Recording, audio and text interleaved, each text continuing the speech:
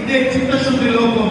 చేసే వారికి మాటలు చెప్పి మమ్మీ పెట్టి మన ఓట్లు వేయించుకొని మనం నిరంతరం వెనుకబాటుతనంలో ఉండేలాగా చేస్తున్నారు తప్పితే మనల్ని సమాజంలో ముందుకు తీసుకుని పోయే తత్వం వీరు చేయడం లేదు. నిజంగా మన వెనుకబాటుతనం పోగొట్టేటువంటి ప్రభుత్వాలు లేని ప్రభుత్వాలు అయితే ఎందుకు మన వర్గాల ప్రజలకి ఒక్కటి కూడా సబ్సిడీ లోన్ ఇవ్వలేదని నేను అడుగుతా ఉన్నాను. నేను కపట మాటలు, మోసపూరితమైన వాగ్దానాలు ఈ రోజు ఇస్తా ఉన్నాను.